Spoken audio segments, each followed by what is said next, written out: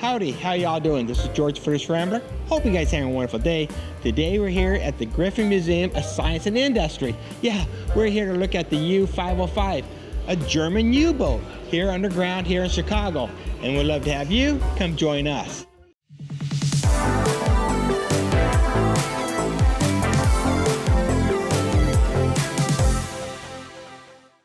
Hey fearless friends, today we're going to go ahead and explore one of the coolest science museums in the country. Yeah, the Griffin Museum of Science and Industry right here in Chicago. And trust me, this place is massive. From wartime histories, confusing mirror mazes, tornadoes, and even outer space. Yeah, it's all under one roof. So grab your curiosity because we're diving into a capture of a real German U-boat. Yes, some wartime history, and then blast off into the stars. So let's go. We're at the Griffin Museum of Science and Industry, and we are here to go to the U-505 Submarine. Why even explore the U-505 when I can get a polyethylene mold-a-ram replica? But since I'm here, let's go in. To start off the tour correctly, you start off with a quick explanation of the Battle of the Atlantic and the history of U-505. Vast, uncompromising Atlantic Ocean, that is the battlefield on which the future of the world will be decided. Going to this museum, you're going to learn a lot of history. U-505 was a Nazi submarine in the Battle of the Atlantic during World War II. This shipping battle was between the Allied powers and Nazi Germany, fought from 1939 to 1945. It was a crucial battle for shipping and struggle of control of the shipping lanes in the Atlantic. U-505 sank 8 Allied ships during its 12 patrols during this battle. One of the ships she sank was a Colombian-mast schooner named Uraeus, or formerly known as Rambler, killing 13 and getting that neutral country, Colombia, into the war. What a smart move that was. Plus, after sinking that schooner, U-505 was considered cursed with a naval tradition that you don't sink wooden mast ships. Or at least U-505 was very unlucky from that point on, having a series of unfortunate events and malfunctions during the service in World War II. These included mechanical failures, the death of their second captain, and ultimately the capture by the U.S. Navy. Now, being considered an unlucky boat, this was the only German U-boat captured by the U.S. Navy during World War II. And now, of course, the only one being displayed in the Western Hemisphere. This isn't just a replica, it's the real deal. This thing is huge in person. It was captured back in 1944 off the coast of West Africa. The capturing crew risked their lives to bring it in without sinking it or having it self-destruct. It's like walking inside a piece of living history. Now this is a tour of U-505. Now it was $18 to get on board, and she's giving a little bit of history of the ship right now. So yeah, it's about a 25-minute tour. So I'm excited to go aboard and see what they did. In this case, the U-505 underwater boat, or U-boat. As soon as you step aboard here, the first thing you notice is how tight everything is, and the forward torpedo room, with 4 massive torpedo tubes sitting alongside the bunks stacked right above them. Yeah, sailors literally slept next to those live warheads. Oh, now that's pretty comfortable. Now when you first get into the ship, you're going to be standing in the petty officer and the chief's quarters. Yeah, that's right behind that torpedo room. You're going to find a little bit more sleeping area here, but not much. Found your bunk. Go ahead and try one of these bunks in the U-505 mock-up and see how special the petty officer area is. Now when they were sleeping, what I understand, they only had 4-hour shifts. Everybody on board had to live shoulder to shoulder. Each officer just had enough space for a bed, a small desk, and a few personal items. Privacy just didn't exist down here.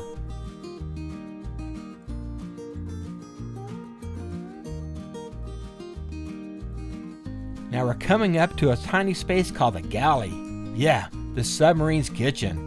One cook serving over 50 plus men using a small 3-burner stove, limited rations, and a whole lot of improvisation. Now if you want to get a good feel of this galley and feel like you're cooking some good stew, head off to the replica just outside the boat. Now the crew's mess also doubled as a dining area, a briefing space, and extra sleeping quarters. In subs, every space had multiple jobs. As we move aft through the corridor, we're going to move to that radio room where U-505 communicated with German command using that infamous Enigma machine. When the U.S. forces captured this sub, they recovered the code book, the Enigma. What a major win for the Allied code breakers. Now here's the captain's quarters. Slightly larger, but still very tight. Let's play the music right here. They found a lot of records when they actually captured the ship. You can also see a lot of other things they recovered in the many displays they have available. If you notice here, they cut away some of the bulkhead so we can get around the ship a little bit easier. But really, the bulkhead doors are very small, as Nikki is showing, a little cramped to get through. Yeah, the bulkheads on a submarine are essentially a wall that divides the pressure hull into compartments. Now we're in the heart of U-505, the control room. This is where the boat was operated. From diving and surfacing to just depth and direction, you'll see the dive controls and the pressure gauges.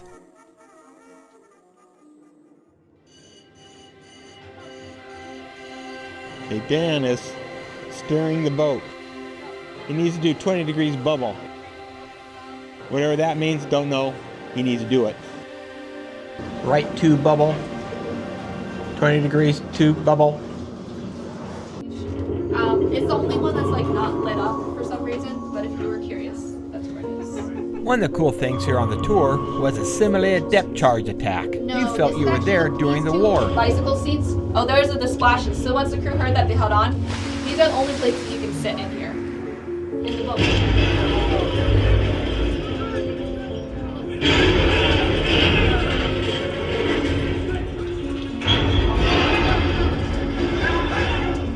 So those depth charge explosions ends up jamming the rudder, knocking out a bunch of controls here in the control room. Now the boat is spinning in what's called a depth spiral, deeper and deeper, but it can only go so far. At around 755 feet, roughly, is the boat's crushed up or it'd be crushed like a tin can. So Captain Longa has a difficult decision. I got in his way.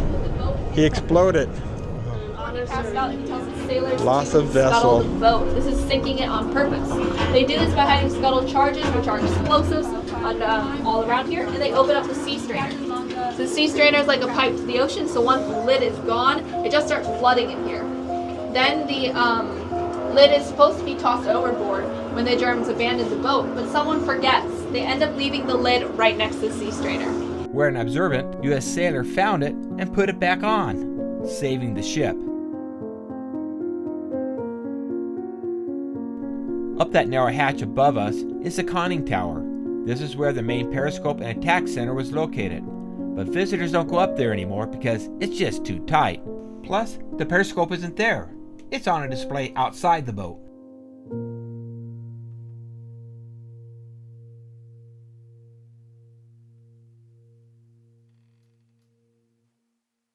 And here we are entering the engine room. This space houses two massive manned 9-cylinder diesel engines, and you can sure smell that diesel. When this sub was running on the surface, these beasts powered the sub forward while charging batteries for underwater running. You can smell the oil in here. It's amazing that they don't know if these engines work, but you certainly smell it in here as you go on this tour. So, think of burnt oil, smelling maybe your engine car. Yeah. Now just think how loud it was in here. If you stand next to a diesel truck right next to the engine, that's loud. These are like 100 times bigger. But when submerged, these engines were shut off. They had to run silent, so the sub switched to battery-powered electric motors. Much quieter, but only for a limited time. These engines also kept the air and water systems running. Everything here had to be maintained by the crew under the most brutal conditions. High heat, oil fumes, and the constant vibration. Now, think about it. If something broke, they had to fix it, and if they didn't, they weren't going back home. So at the end of the tour, you're going to be looking at the Aft Torpedo Room. It's a bit smaller than that front torpedo room, but it's still packed with gears and another set of sleeping bunks, consisting of a buttload torpedoes, but only 2 torpedo tubes, to launch from the back of the ship. Pretty dang cool. I don't think I would want to be on it. No. Hot, sweaty, oh. Now that wraps up our tour from the bow to the stern inside the U-505. It's hard to imagine spending weeks, sometimes months underwater in this cramped, loud, and tense condition, but it gives us a real appreciation for the skills and resilience of the submariners on both sides of the war.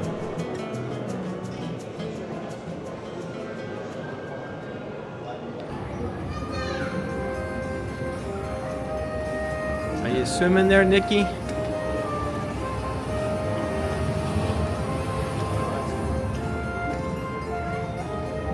Backstroke. Another cool activity you can do here at the museum is do the blue paradox. Now what that is, I don't know. You do have to get tickets. They're free. So we're going to come back a little bit later on and look at the blue paradox. 3, 2, 1. This is a show experience. And it goes up and around.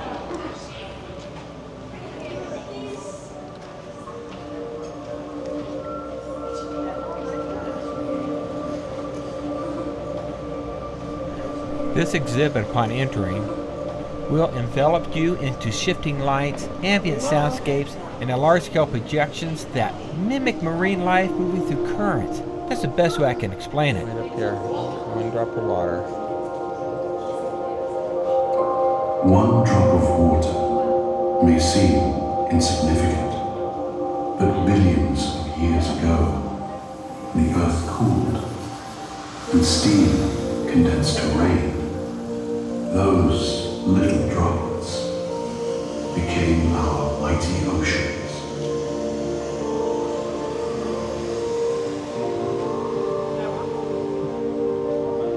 It's what we're drawn to.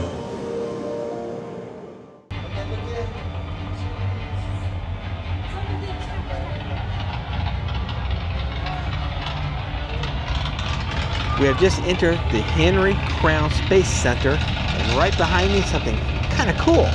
Look at this. It's an Apollo ship. Which one is it? Is it 9? Is it 8? And it should tell us which one it is. Okay, well, Apollo 8 is the first ship to navigate to the moon and circle it and come back down. I think it was the Christmas of 1968, if I remember right, and they said they started out with the Christmas special with it. We are now approaching lunar sunrise, and for all the people back on Earth, the crew of Apollo 8 has a message that we would like to send to you. In the beginning, God created the heaven and the earth, and God saw that it was good. And from the crew of Apollo 8, we close with good night, good luck, a Merry Christmas, and God bless all of you on the good earth. Also here in the museum is the SpaceX Dragon spacecraft. This Dragon spacecraft served a pivotal role in 2 SpaceX missions, one in 2017 and the other in 2019, supplying the International Space Station with cargo and equipment. Now it's a center of an exhibit celebrating the parts of history and how innovation technology is written for the future of space exploration. Boy, this was fun to see. So here is the Mercury Aurora 7. I got a pretty cool story about this one. In San Diego, I got a chance to actually sit in this very capsule when it's on display about a little bit after the time it had come back from space. Why is that? My dad worked for NASA. Yeah. So I got a chance to sit in one of these, and I think this is the actual one. They put me in and took a picture of me with it. But yeah, I got to sit in that once. A long, long time ago.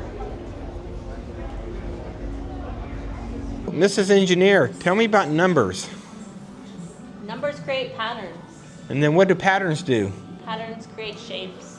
And then shapes do what? Shapes create the world around us. Wow. That's what this is teaching us. We're going to a mirror maze. Okay, these always freak me out, so. This is my favorite part. Okay, are you ready? Take your time, walk, don't run. Okay, don't go through this mirror. Oh my gosh. What?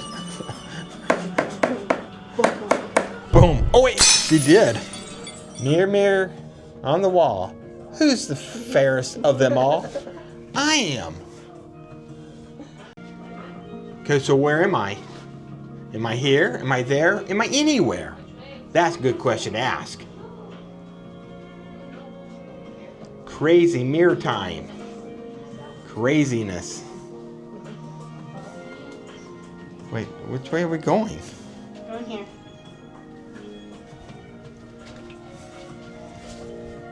Okay, Dan's coming up behind us, but is he really? I got lost.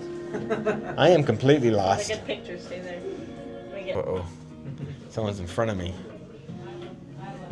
Oh, changing colors. Oh wow.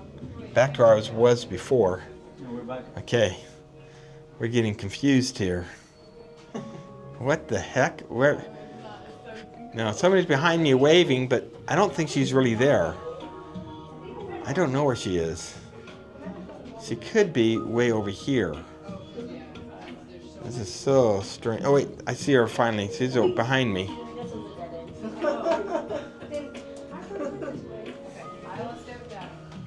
Okay, we surely went to that dead end, and we have no idea where we're going. So Nikki, right here. Are we confused? We're so lost. I think over here I saw something. Look at this. I think. Well, that's not it. Wait, it's over here. Yeah.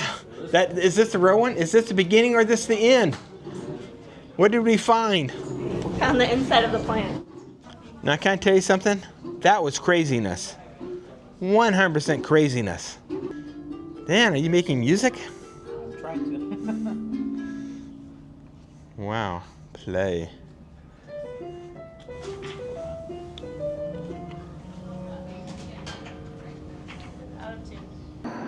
Now we just need a little bit of quiet time, so we decided to walk down this 1910 Chicago street scene here at the museum. Yeah, we got to do some window shopping at some of the Chicago best. And of course, you can take in a moving picture. Yeah, might be a little bit silent here, but it's worth going back in history.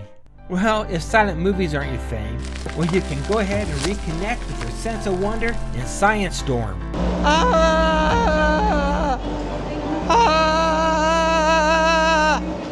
The National Weather Service in Ross County has issued a tornado warning until further notice. So, what is this here? This is water vapor. So this is meant to just be like simulating a vortex or a tornado. Vortex essentially being, piece of spinning liquid. So this is all water vapor coming up, so it classifies under that. But tornado also in showing how the wind shear can be able to shape a vortex. That's what those little levers right here are doing. Just feeling a little dizzy. Here in the tornado. Water vapor vortex. I'm going to destroy it. Poof. It's gone, but it's cool.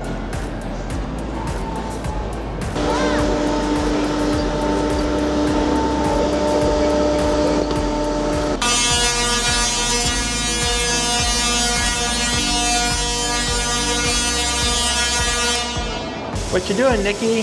Playing with wind turbines. Now that's the James Watt engine, single acting engine. Started it all, based off the Nuckerman engine.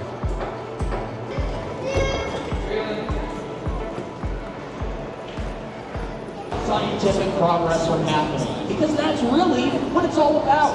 Failure is not the end in science, it's just the beginning. Extreme ice. Okay, that sounds pretty extreme to me.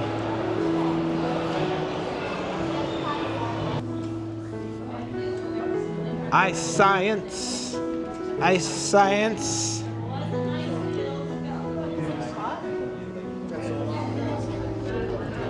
Oh, it's cold. Okay, dare you stick your tongue against it. No. Nikki, I triple dog dare you. No. Gross. How long can you hold your hand in there?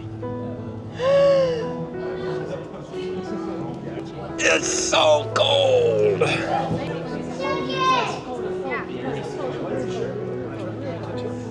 Oh, now my hands are really cold. That's very cold.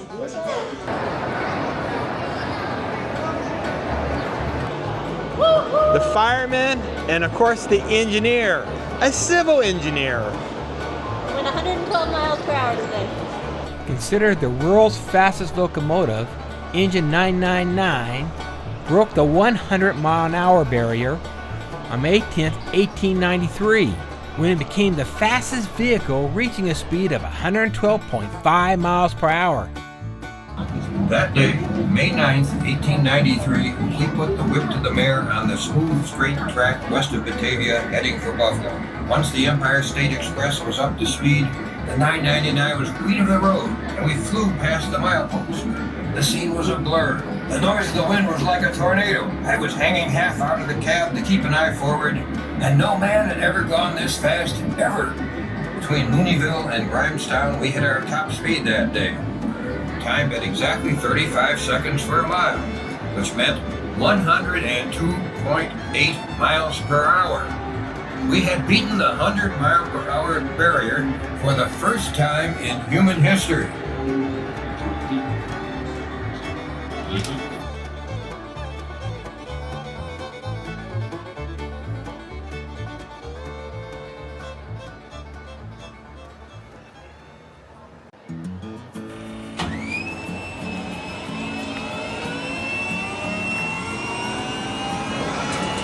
You want to be the captain?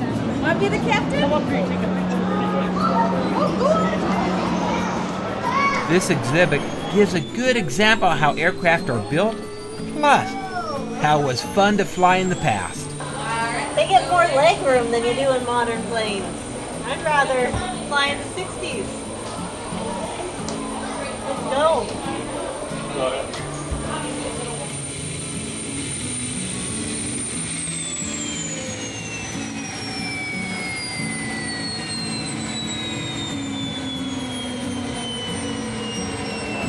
When they have seats in there, the seats are 3 and 3. We got a coach that's 2 and 2. So I measured the seats. They put one on each side. Now I would have been 9 and 4 and 2 wide. And those carts are bigger than that. So. Yeah, that's really sweet. Well, one of the flight attendants had actually, and I took this off and I was a flight attendant, but not football, but Wow, it's sure been fun coming here to the Griffin Museum of Science and Industry. We really enjoyed going to U-505. Yeah, I've had a great time. Now, if you enjoyed this particular video, do me a favor and subscribe. Hit that notification bell and give me 2 thumbs up, because this is George the British Rambler, ready to head over to The Bean, signing off. Is this a picture?